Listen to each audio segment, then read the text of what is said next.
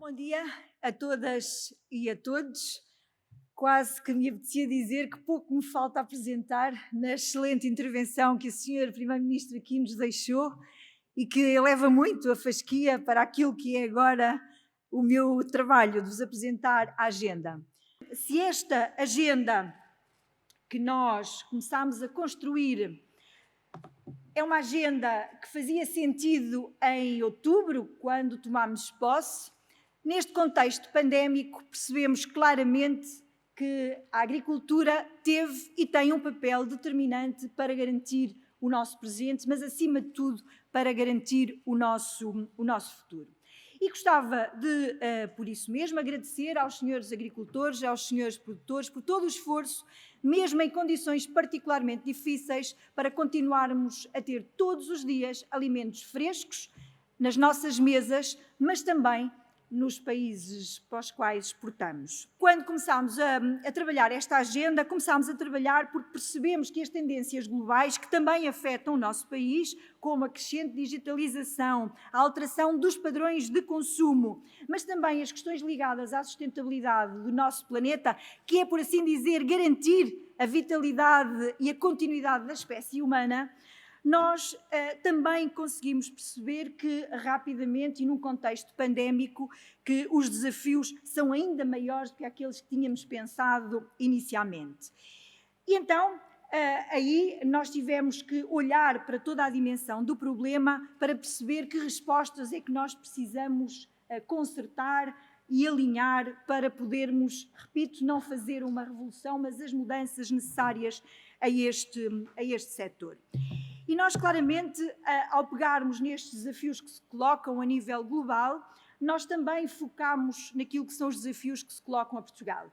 E pegamos, em primeiro lugar, nos objetivos que estabelecemos para esta legislatura, nomeadamente o combate às alterações climáticas e a mitigação dos seus efeitos, as questões do esbatimento das desigualdades entre interior, se é que ele existe, e litoral, entre territórios mais urbanos e mais rurais, as questões da demografia, se a tendência mundial é para aumentarmos a população, também sabemos que Portugal e o continente europeu perde população e está envelhecida e precisamos alterar este paradigma.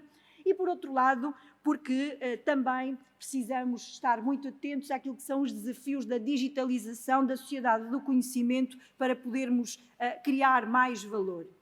Mas também não podemos esquecer que as Nações Unidas nos desafia a olhar para um conjunto de objetivos de desenvolvimento sustentável, que alguns deles têm uma relação direta, mas todos os outros têm uma relação indireta com a produção agrícola e com a transformação e com a nossa vida enquanto seres vivos.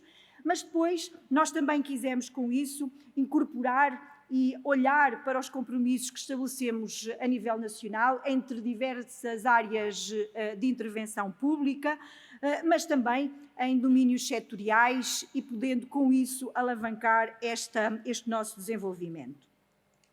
E basicamente nós fizemos desta agenda um fórum de auscultação dos cidadãos, dos atores do território, andámos por todo o país, ouvimos mais de 1000 cidadãos em vários pontos do nosso território e só deixámos o Algarve por fazer uma sessão presencial, porque entretanto confinámos e já não foi possível ir ao terreno, mas ainda assim recebemos os seus contributos. E por isso nós criámos uma agenda onde tivemos a possibilidade de desenhar 5 intenções estratégicas com 5 metas. E depois, de forma inovadora, criámos 4 pilares e identificámos os seus destinatários. Nós não queremos que esta seja uma agenda exclusivamente para o Ministério da Agricultura e os seus organismos, assim como, juntando outras áreas de governação, a possam desenvolver. Esta é uma agenda para todos e para todas, mas tem, acima de tudo, destinatários que aqui temos que elencar. E depois, a partir daí, criámos 15 iniciativas emblemáticas e desenhámos já 71 linhas de ação que vão materializar as metas e os objetivos a que nos propomos atingir. E quais são esses objetivos? Nós queremos promover a saúde em primeiro lugar. Repito, se tínhamos dúvidas em relação àquilo que o povo diz, que nós somos o que comemos, também sabemos, e hoje a pandemia vem mostrar isso mesmo, que os indivíduos mais saudáveis são aqueles que conseguem resistir ainda assim melhor àquilo que são os efeitos das doenças, e nomeadamente das doenças emergentes. E, portanto, precisamos garantir uma cadeia alimentar e criar confiança, gerar confiança no público.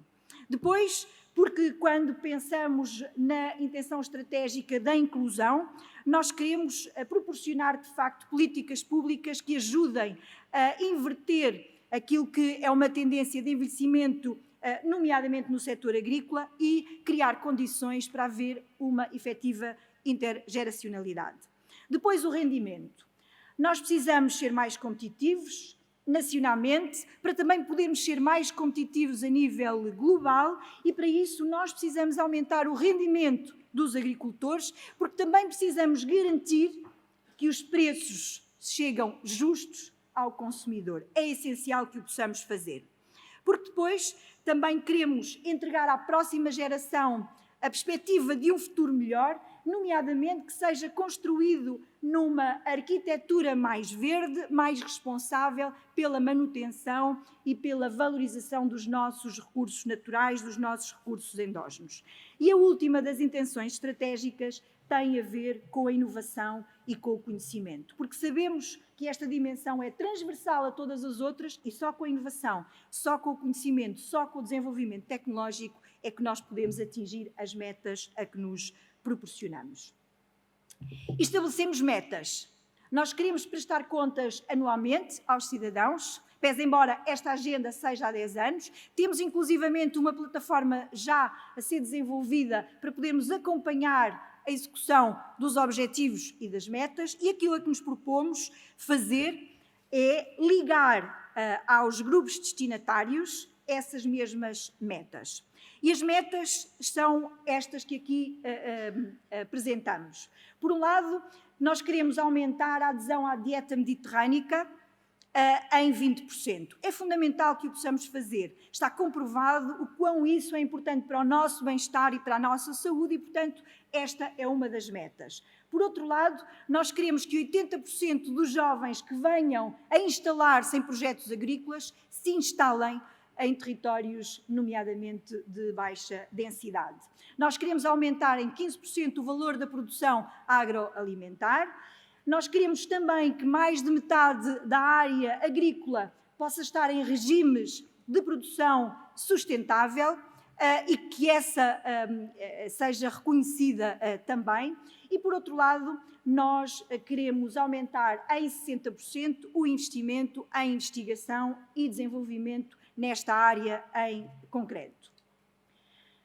Dizia eu há pouco que estabelecemos de forma inovadora este elemento de dizer a quem é que queremos com estes pilares chegar. E queremos chegar aos cidadãos, através do pilar sociedade, queremos chegar aos agentes do território, através do pilar território, e aos produtores, através da cadeia de valor, mas depois também ao Estado e aos seus agentes de políticas públicas que têm que apoiar a agricultura e promover o seu desenvolvimento.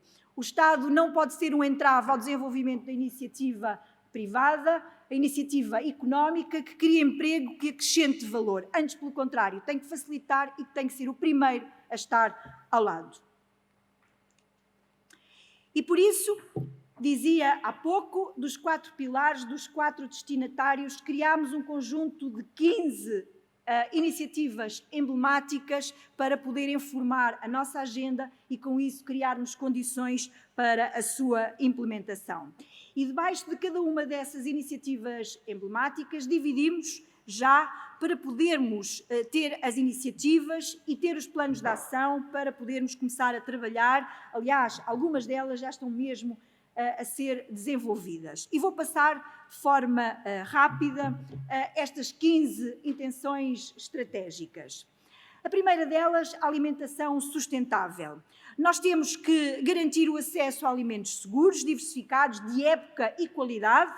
Nós temos também que garantir a rastreabilidade desses mesmos produtos e a sua autenticidade, nomeadamente tendo por base tecnologia a tecnologia do blockchain, por exemplo. Nós temos, como já disse, de fomentar a adesão à dieta mediterrânica, mas nós temos que saber comunicar mais e melhor para os destinatários deste pilar, os cidadãos, nomeadamente porque as suas escolhas promovem a sua saúde e o seu bem-estar e também a importância de podermos reduzir aquilo que é o desperdício alimentar. Depois, a iniciativa Uma Só Saúde, em que claramente queremos promover a saúde animal e a sanidade vegetal, e dou um exemplo, é um laboratório do INIAV central em Oeiras que está a funcionar e que no primeiro momento de contexto pandémico pôde imediatamente começar a fazer 400 testes para colaborar com o país para o despiste da Covid-19. Fizemos um pequeno investimento de 350 mil euros e neste momento temos a capacidade, sem comprometer as análises laboratoriais que são necessárias fazer ao setor, em 1.200 testes diários. E isto é uma forma também de podermos garantir que estamos na resposta, mas também estamos na prevenção de zoonoses e de outras ameaças como estas que acabamos de sentir. Também estamos, e como estamos a sentir ainda, também nesta iniciativa estratégica, queremos promover, para além da saúde humana, da saúde animal e da fitossanidade, queremos também promover o bem-estar animal. A terceira, a mitigação às alterações climáticas. Todos sabem, e é comumente dito na comunicação social, que a agricultura é responsável por 10% dos gases com efeito de estufa, mas já foi 14%. E já foi feito um caminho, mas temos que ir mais longe, temos que ter um contributo maior para isto mesmo. E temos aqui forma de o fazer, nomeadamente controlando melhor e transformando os efluentes pecuários, nomeadamente através da gestão de estrumes, para podermos, por um lado, incorporar mais matéria orgânica nos solos, mas, por outro lado, para também podermos aumentar o sequestro de carbono. E isso faz-se, por exemplo, com as pastagens melhoradas, que também aqui é um dos nossos objetivos. A adaptação às alterações climáticas, nós temos que claramente continuar a apostar em melhores práticas agrícolas para podermos também adaptar-nos melhor àquilo que são as condições atuais e aqui temos uma linha de intervenção que nos parece essencial, nomeadamente na escolha das melhores espécies, melhor adaptadas a cada território, a cada vereda, a cada encosta, como dizia há pouco o Sr. Primeiro-Ministro, mas também o estímulo, por exemplo, à pastorícia extensiva, assim como à agricultura nos aglomerados urbanos, para podermos ajudar na prevenção dos incêndios. A agricultura circular, dou um exemplo com o bagaço da azeitona, que todos os anos vem de novo à equação pública, porque é um problema ambiental que temos para resolver. Não pode ser um problema ambiental, antes pelo contrário, tem que haver a sua valorização, seja para incorporar no solo, seja, por exemplo, para a produção de energia. E, portanto, claramente, esta é uma intenção estratégica que tem um peso grande nesta nossa agenda. Territórios sustentáveis, nós queremos, na realidade, aumentar a área em modo de produção integrada, em modo de produção biológica, para podermos fazer uma agricultura de conservação muito ligada à sustentabilidade, cada vez mais ligada à sustentabilidade, que valorize os serviços ecológicos, que promova a biodiversidade, a apicultura, a silvopastorícia, que valorize a pequena agricultura e a agricultura familiar, que valorize os nossos recursos territoriais e os nossos recursos endógenos e que promova também um conjunto de infraestruturas, como é o caso da rega ou da comunicação, porque se falamos de tecnologia não nos podemos esquecer que temos que ter os territórios rurais bem servidos com aquilo que são hoje as autoestradas digitais para permitir o acesso aos dados. Depois, a revitalização das zonas rurais, o acesso à terra, aliás, com o Sr. Secretário de Estado que estamos a fazer um trabalho e com a Sra. Secretária de Estado da Justiça também, sobre o emparcelamento, que é fundamental que o possamos desenvolver o mais possível, mas depois no acesso aos mercados, através de redes de cooperação, fomentando as cadeias curtas, o e-commerce também.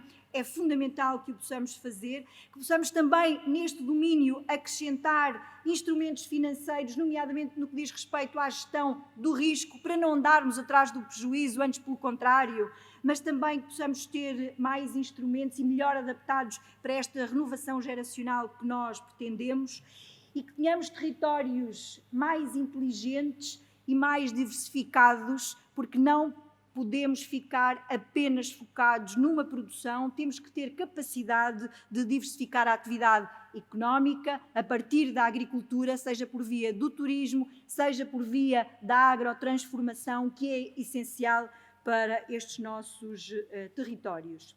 Depois, a agricultura 4.0. Todos aqueles que me antecederam, o Sr. Presidente da Câmara, o Sr. Engenheiro Joaquim Pedro Torres, o Sr. Primeiro-Ministro, falaram sobre a necessidade de gerirmos melhor os nossos recursos naturais, a água, o solo, a energia, pois sabemos cada vez mais que é com tecnologia que nós o podemos fazer para termos uma gestão mais eficiente e podermos também utilizar melhor a água ou aplicar melhor os fitofármacos ou os fertilizantes ou produzir energia alternativa também e incorporá-la nas nossas explorações, assim como neste domínio temos que ser capazes de recolher os dados, a informação, trabalhar para depois podermos gerir melhor todo o sistema.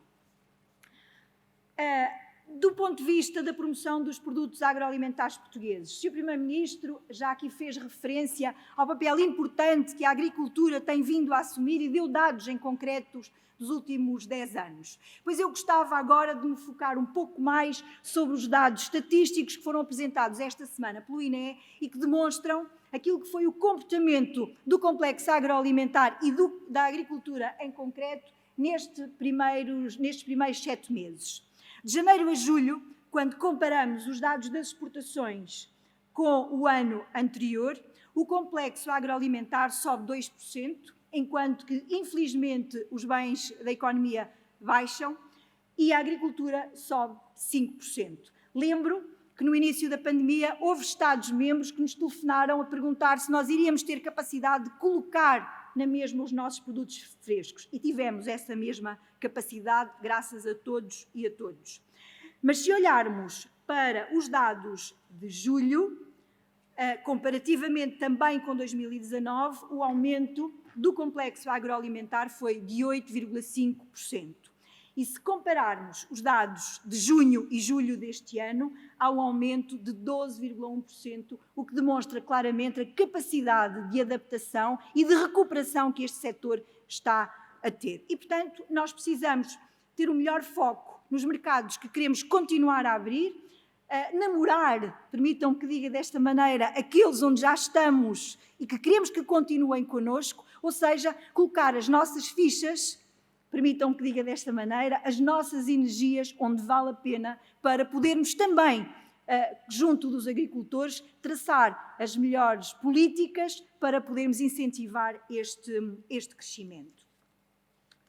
Depois, a excelência da organização. Mais uma vez, este contexto pandémico, já o conhecíamos da dificuldade de organização, mesmo num país pequeno como o nosso, agora percebemos claramente que com organização conseguimos atingir mais mercados, conseguimos estabelecer melhores cadeias curtas e com isso é fundamental que continuemos a organizar melhor o nosso setor, a ter respostas cada vez mais prontas, modelos mais inovadores também, nomeadamente que correspondam às necessidades dos pequenos agricultores, da agricultura familiar, mas muito focado também naquilo que são as organizações multiprodutos. Nós queremos, de facto, que possamos organizar melhor a produção para introduzir e acrescentar valor em toda a cadeia.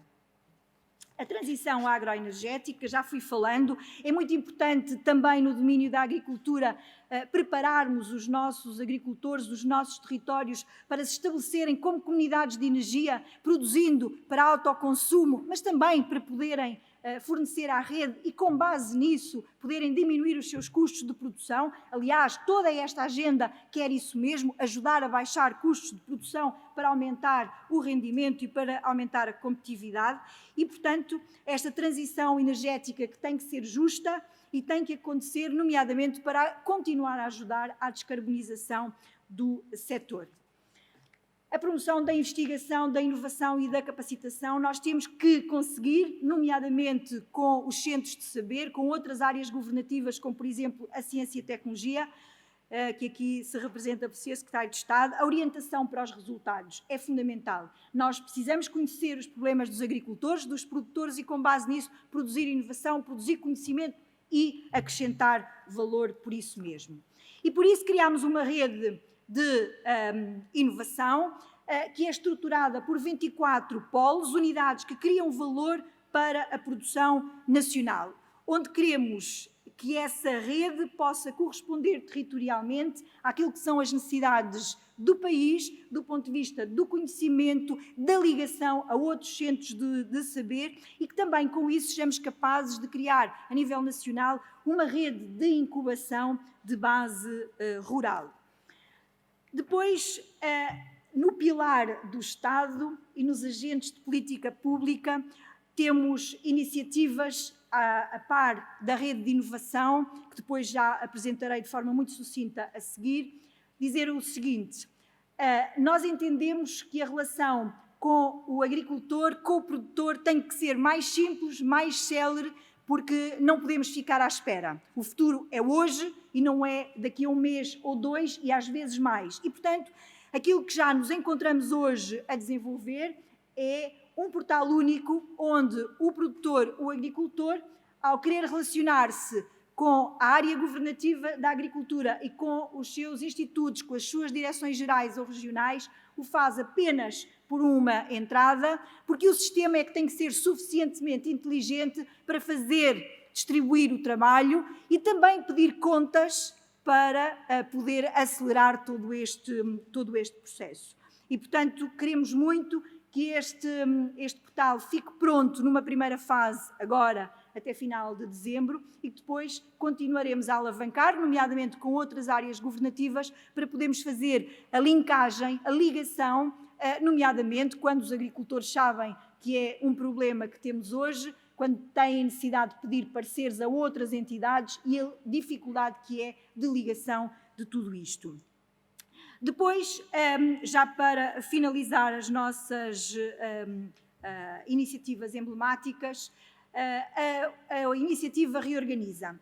Nós queremos ajudar a pensar uma reorganização, nomeadamente nesta área governativa, uma reorganização orgânica dos serviços do Ministério da Agricultura, para poderem também estar melhor adaptados àqueles que são os desafios que já se colocam hoje, mas que sabemos que se vão colocar e intensificar no futuro. E, portanto, queremos com isso criar mais eficiência e melhorar as respostas aos nossos clientes, que são os agricultores. Em relação à rede de inovação, nós pegamos nas infraestruturas, num conjunto de estações experimentais, de laboratórios que estão dispersos pelo país e que são pertença do Ministério da Agricultura e que estão obsoletos, que não estão organizados de forma coerente, nem muitas vezes correspondem àquilo que são as necessidades dos agricultores, e dessa maneira conseguirmos criar uma rede consolidada, coerente, moderna, capacitada e orientada para as necessidades, numa estrutura de proximidade para poder corresponder à dinâmica local e regional, mas nacional, com uma abrangência nacional, e por isso aquilo a que nos propomos é modernizar esta rede, é simplificar essa rede, deixando cair alguns que não fazem sentido e maximizar sinergias com outras instituições que dizem respeito a este ecossistema de inovação. E, portanto, estes 24 polos, aqui tenho apenas 4 exemplos: a revitalização das zonas rurais em Mirandela, a mitigação e a agricultura circular, a mitigação das alterações climáticas e a agricultura circular, aqui mesmo no distrito de Santarém e em Santarém, a adaptação às alterações climáticas em Elvas, ou uma estação dedicada, um polo dedicado à alimentação sustentável, à dieta mediterrânica, em Tavira. Mas, como veem, as bolas daquilo que são os polos a desenvolver, a reorganizar do Ministério da Agricultura, ali estão. Depois, Esta rede não se encerra sobre si própria, antes pelo contrário, liga-se a outras iniciativas do território, nomeadamente aos laboratórios colaborativos, que aqui estão alguns dos exemplos, mas também às universidades, aos politécnicos e a outros centros do saber e do conhecimento. E ainda assim, liga-se também às iniciativas privadas no que diz respeito aos centros de competências, também já aqui hoje mencionadas.